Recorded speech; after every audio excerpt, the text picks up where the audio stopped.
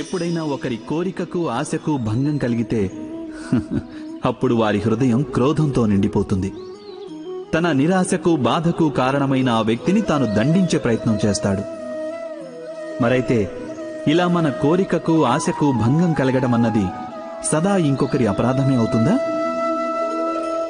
కోరికలు సఫలం కాకపోవటానికి కారణాలు అనేకం ఉంటాయి. కొన్ని కోరికలు అనుకోని విధంగా సఫలం కాకుంటే ఇక కొన్నిటికి విధి కారణం కావచ్చు. అయినా అప్పుడప్పుడు కోరికల స్వరూపమే ఎలా ఉంటుందంటే అవి సఫలం కాలేనివై ఉంటాయి. మరి పరిస్థితుల్ని విచారించకుండా ఇంకొకరిని అపరాధిని తప్పు పట్టడం న్యాయం కాదు, ప్రతీకారమవుతుంది. న్యాయానికి ఆధారమైనది దయ, కరుణ.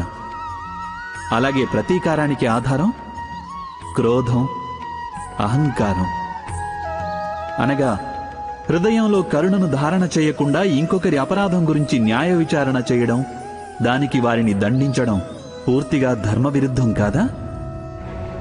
మీరే ఆలోచించండి.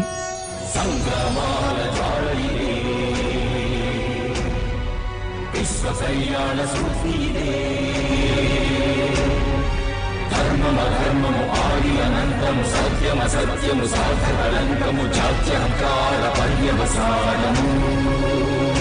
శక్తి ఇదే, భక్తి ఇదే, జీవన్ముక్తికి మార్గమిదే. పంచమ వేద సారం మహాభారతం. కృష్ణుడు చూపిన లీల ఇది, జీవన వేద మార్గమిది. గీత జనించిన క్షేత్రమే ఇది మహాభారతం.